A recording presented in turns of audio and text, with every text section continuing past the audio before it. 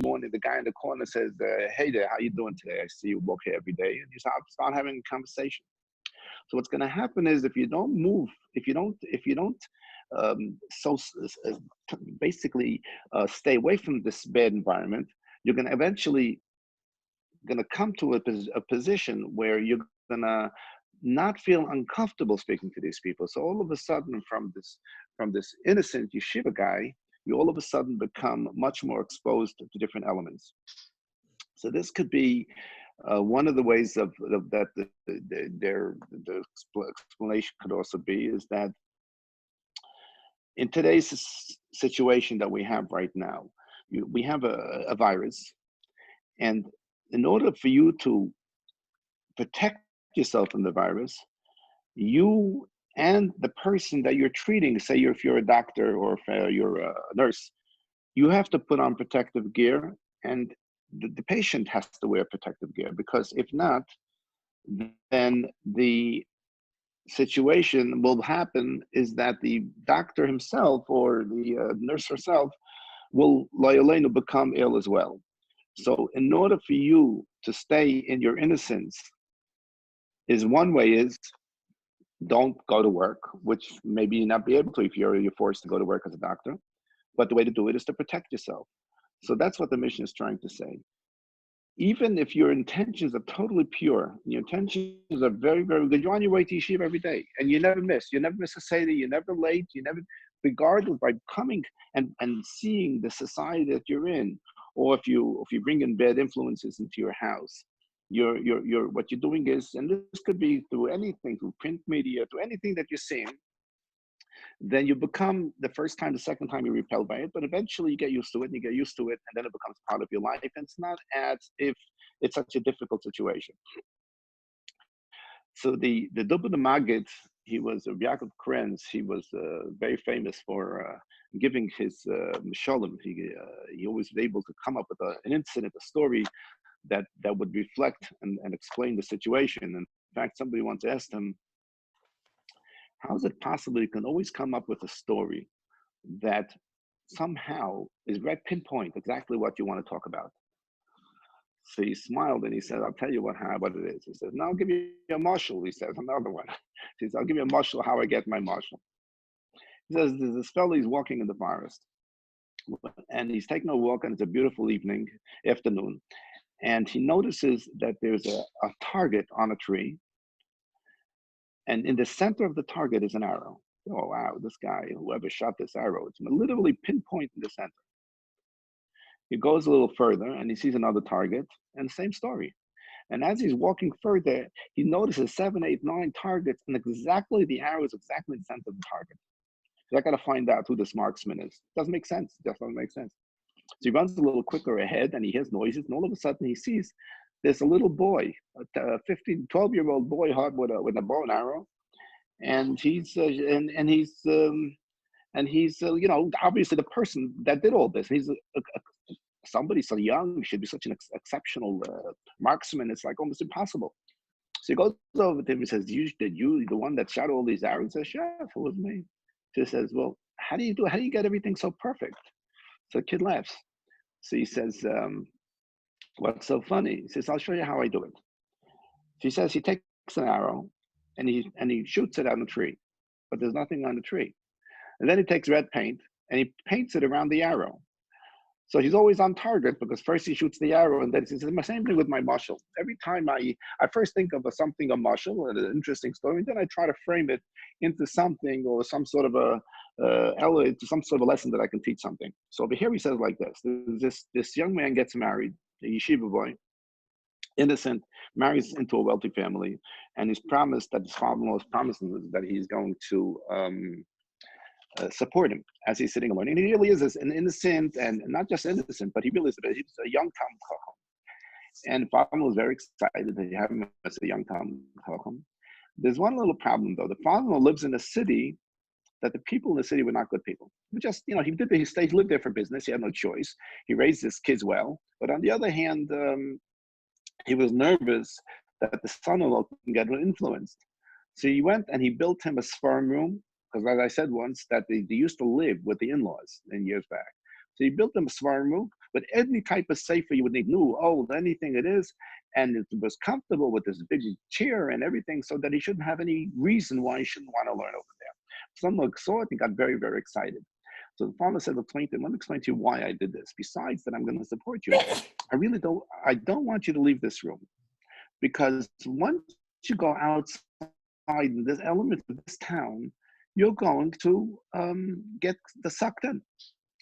So he says something to the effect of, listen, I appreciate everything you're doing, and you really are a wonderful person, but I'm a yeshiva guy and I know my stuff and I'm really good at it. He says, maybe I'll be able to influence the people in town. I'll go into Kiruv. It's a perfect position I'm right now. I know how to learn. I'm comfortable and I'm going to be learning. And then I'll go out every other day and I'll find something. I'll try to be Makar. So his father doesn't say anything, and he comes back a day later and he says, I have a shiloh. He says, I have a piece of a pot that was cooking on the stove, and there was a piece of meat that fell into it, that the meat wasn't kosher. He says, what's the halacha? He asks his son-in-law. So the son-in-law says, looks at him and says, it's one of the common halachas questions. He says, well, how big was the pot? And he explains. He says, well, the pot was a huge pot. And how big was the piece? And he shows him the small little piece. So he says, there's a halacha, something is batel b'shishim. Anything that falls into a pot that is larger, the greater amount, that the pot has to be of the same type of material, where it would be, if it's liquid, it should be liquid, if it's meat, it should be meat. 60 times minimally of the piece that fell in has to be 60 times larger. If it's 60 times larger, then so it's called batel b'shishim. It gets nullified. It gets nullified in the 60 times of amount in the pot. Now you're eating up the whole pot, which means is technically you're eating something that is treif in the pot when you finish the whole pot. But the Chachamim said it's batel. That means it's batel. You can eat the whole pot. That's the halacha. Okay, oh, very good. The next day he comes in and has a reverse shiloh. He says, he says there was a pot of treif, and a kosher meat fell into it. He says, and the kosher meat was really not shishim. No, it was not shishim. And so it wasn't batel b'shishim. So can I eat it now? So he looks at him like, what do you mean it's not shishim? There's no such thing. So you can't eat the whole pot because the thing that fell in is less than shishim, is more, in other words, is larger than it wouldn't be able to be nullified in shishim. So the father-in-law said, so this is my point I want to tell you. You are a good boy. You want to do wonderful things, he says, but you're only one person. And you're going to go out, he says, you're going to be batel b'shishim. Eventually, you're going to realize that you are overwhelmed.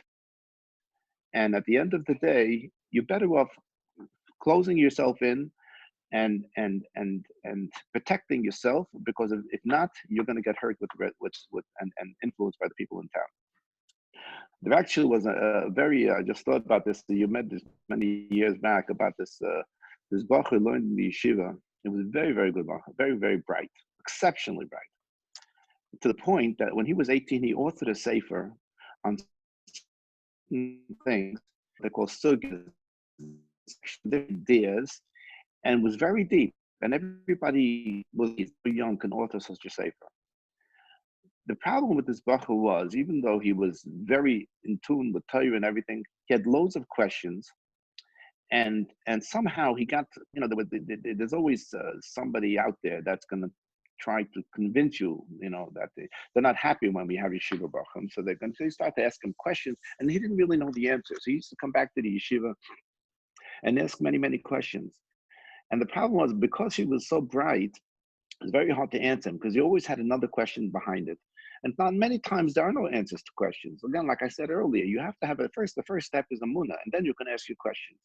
So the Rebbeinu in the yeshiva realized that he has something wrong, really wrong with. He's getting influenced by those friends from him. So when it says Harchik mi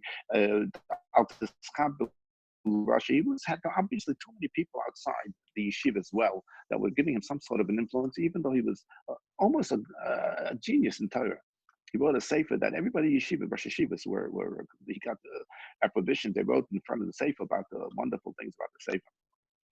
And eventually he reached a point where he started to influence other boys in the yeshiva, and the yeshiva asked him to leave.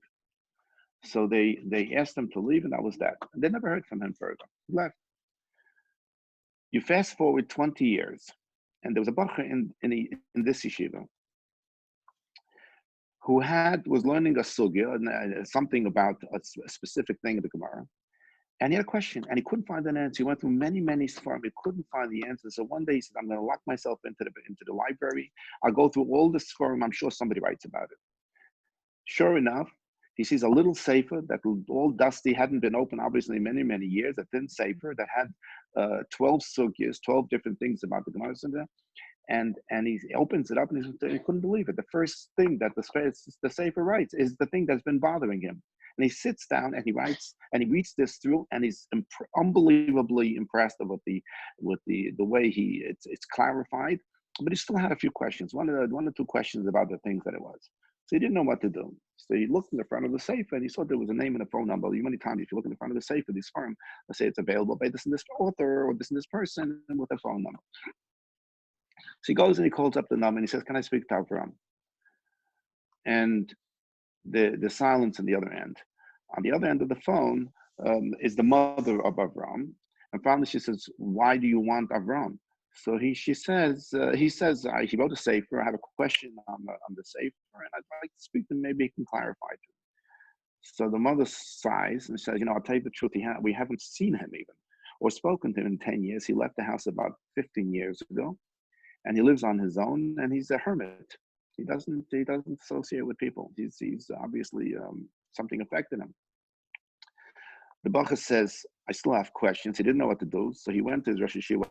What should I do? So Rosh Yeshiva said, "Why don't you just look at, mother gave him the address. If you want to call, go call. It's obviously Hashem is directing you." So he goes to this another city, actually, Yisrael, and he rings this door in an apartment house, and finally somebody with like a big gruff voice opens the door and he says, "What do you want?" He says, "What do I want?" And he's like, "Man, the boy first of all was very shocked to look at this man who wrote the sefer. He had long hair, unkempt, and you smelled it in the apartment." And he says, I have a kasha on something you wrote in the sefer." So the guy inside looks at him and opens the door, and he says, "What's your kasha?" Which all of a sudden you could see that there was a metamorphosis happening to this man. So he says, he started to write. He says, "Well, come in and sit down and we'll discuss it." He sees that his mind started to catch up. This guy's mind started to catch up to what he wrote in this, and you can see it happening to him, the boy says.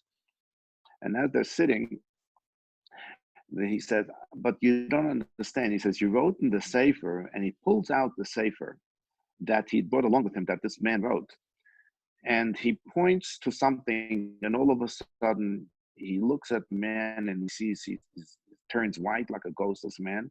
The man grabs the sefer from his hand and he looks at it for a second and he clutches it to his chest and he starts to literally collapse. He goes down on the floor and he starts crying like you never saw. The boy realized something was happening, so he apologizes and he leaves. The next morning, because the mother told him, "If you can get through, give me a call back and tell me what happens." So he calls back in the morning to his mother, and the mother says, "Thank you, thank you, thank you." He says, "What are you thanking me?" "Thank you, thank you, thank you." He says, "I just want you to know that Avram, he passed away, and the Levi is going to be a little later today." So he was like, "Shah, what are you thanking me for?" So he says, to the mother says, "You don't understand what happened. About 9 o'clock last night after you left, we got a call from him and we spoke to him the whole night." He says, couldn't believe that how he turned out after 20 years because he associated himself with these friends and he started totally becoming alienated. He says he couldn't believe what he saw in the mirror anymore. And he after it took one shiloh, one kasha to bring him back. And this kasha brought him back that he was literally speaking to he wants to, because of the tshuva, he's sorry how he lived and he wants to do, and somehow during the night, he obviously he passed away from a heart attack. And the neighbor who was looked in on him every day walked into an apartment and he sees he's in bed with the safe on his chest, and that's how he passed away. So she said, "You don't understand." He said, "I'm sorry to say." He said, "Don't be sorry." He said, "He was chayv b'tshuva. Otherwise, he would have died the way he died." He said, "You did a tremendous chesed to him and to us." And that is shachin t'schaber l'rasha. I said yesterday, the word chaver is also attachment. You have to smooth things out to become a good chaver. If you become a chaver to a rasha, on the other hand, what ends up happening is that the bumps that you want to smooth out go the wrong direction. So when the Mishneh says harchek mishachinra, it's if you go to a place, to an area, you live in an area, you do something that can alienate you, eventually you're going to be mischaver to a rasha. And then what's going to happen? Unfortunately, al tisyosh min apronius. So what's going to happen is like this. There's two things, first of all, that happens in society. And it's addressed, it's the big kasha that all the chachamim always have.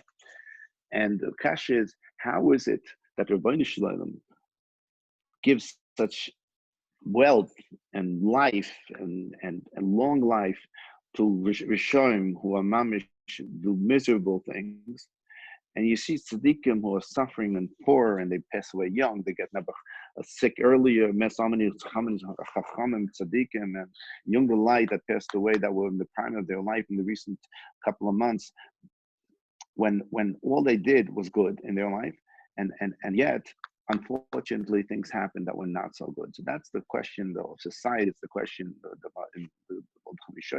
everybody speaks about it. So we say every Friday night, Mizmor Shir Yom Shabbos. We say it actually 3 times on Shabbos.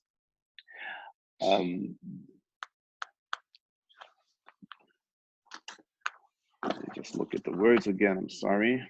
So let me get the words properly.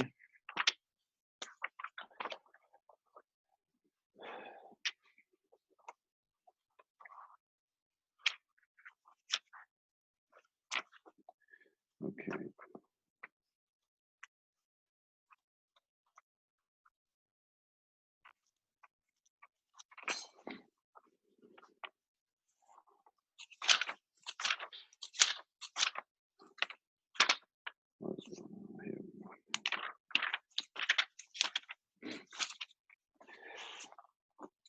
It says,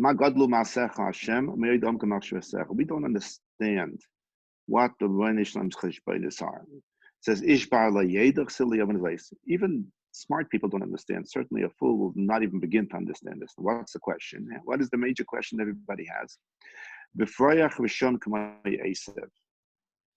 You have Rishonim are exactly like grass. Look at the grass, a field of grass. It's absolutely stunning. Gets cut every couple of 2 weeks, and it's laid out beautiful. And it's there's nothing nicer than a field of well manicured grass. It's actually, everybody understands it's beautiful. The color is pleasing. It's unbelievable. So he says, Rishonim, b'floyach Rishonim, k'may Esav. The Rebbeinu Shalom treats Rishonim like grass. And then it says, Tzadik katoma yifrach ke'eretz pavan yisra. At the end of it, it says that Tzadik is more like a tama, like a date tree, or like a cedar tree. What is this? What's going on over here? And this is exactly the answer. The answer is that grass is beautiful. It's actually really is beautiful. The Rebbeinu Shalom gives you big expanses of grass, Russia. Enjoy life. Enjoy life. But we have 2 seasons a year that the grass grows beautifully. You have it in spring and you have it in summer. When fall and winter hit, the grass turns gray, it's hard, it's ugly. The fact is, every single year it has to be rejuvenated. They come already in the spring and they start sprinkling the lime on it. They have to put whatever it needs to rejuvenate grass. Every year the grass gets completely eliminated. On the other hand, a date tree is a very interesting tree, actually. And people don't know this. A date tree, there's actually a male and a female. It's one of the only trees in the world that has a male and a female. And of course, typically it's the female that produces the fruit, and the male produces the pollen. And the date tree grows, does not, it doesn't ripen all at the same time. You have 1 month and it's continuously ripening, and you can continuously pull off dates. A date tree is something that is constantly feeding you. Only thing, the date tree is weak, meaning that it's not a tall, powerful tree, because it has very wide branches, and it nourishes a lot from the base and from the ground. So therefore, it's like a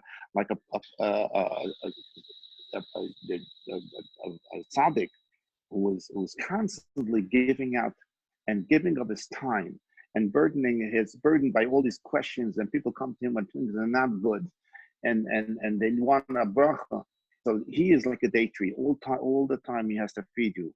But Ke'eres Balvani Yizke, he stands straight like a cedar of Lebanon, which is the most beautiful cedar trees, which never rots outside. It's got a beautiful color, natural color. It's always going to be straight. And that's what the Rebbeinu Shalom is promising Kal Yisrael. When you do the right thing, it's true. Right now, you're working 12 months a year. It's a tree that needs constant maintenance, but it gives out beautiful fruit. And at the end, it stands straight like a cedar. The Rebbeinu Shalom pays you in full. But the guy is Kamoy Esav. He's like a grass. It's slow. It's beautiful now, but eventually it is going to lose its color, lose its strength, and it becomes absolutely nothing. Then it's forgotten. Last year's grass is last year's grass. You never enjoy it. Only it's physical. You see the eye. It's not internal. You take a date, you eat it. It's got nutrients. It's sweet. It's got it was in the years back. By the cradle of civilization, so to speak, in those days, the dates were the main food. That most of it came. But we have these dates that are only grown here in the last 100 years. But it came from that area of the world, because that was the fruit that fed most of civilization in those days. So Rebbeinu Shalom should give us the wherewithal to remember that we should always. Oh, so just to finish, I'm sorry.